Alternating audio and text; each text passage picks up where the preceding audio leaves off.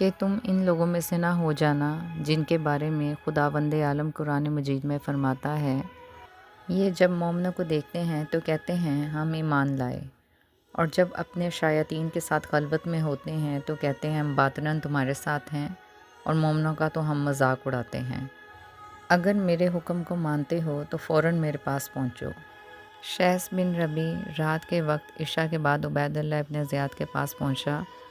تاکہ وہ اس کے چہرے سے یہ جان نہ سکے کہ وہ مریض ہے یا صحیح،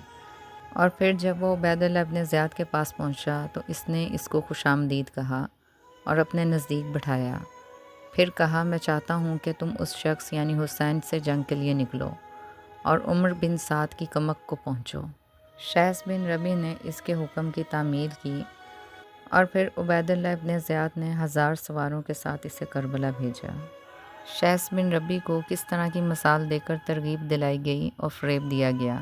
باطل کس قدر جولانی پر تھا کہ اس کی خواہش تھی کہ شیث بن ربی کو فرزند مصطفیٰ صلی اللہ علیہ وآلہ وسلم کے ساتھ جنگ کے لیے روانہ کیا جائے۔ اس کے لیے آیت قرآنی کو حوالہ بنایا گیا اور کس طرح اس بے وقوف کو راضی کیا گیا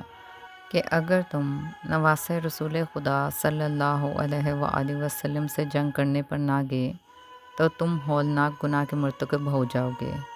یا اللہ ہمیں اپنی پناہ میں رکھ۔ حالانکہ اسی شیث بن ربی نے حضرت امام حسین علیہ السلام کو خط لکھا تھا کہ میرے سرسبز باغات اور ان کے میوہ جات آپ علیہ السلام کی آمد کے منتظر ہیں، اور اب وہ کربلا میں پہنچا اور پیادہ لشکر کا سالار بن کر حضرت امام حسین علیہ السلام سے جنگ کی۔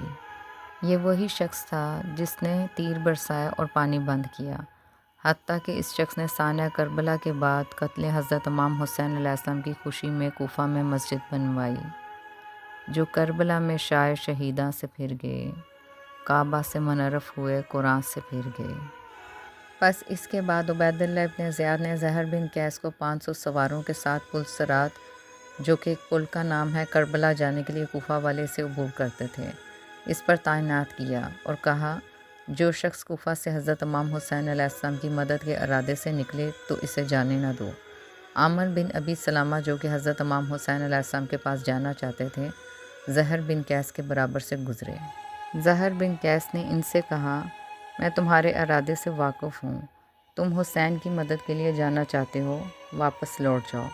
لیکن عامر بن ابی سلمہ نے زہر اور اس کے سپاہیوں پر حملہ کر دیا اور فوج کے درمیان سے نکل گئے، اور کسی میں یہ جرات نہ ہوئی کہ ان کا تعاقب کرے۔ عامر بن ابی سلمہ کربلا پہنچ کر حضرت امام حسین علیہ السلام سے ملحق ہو گئے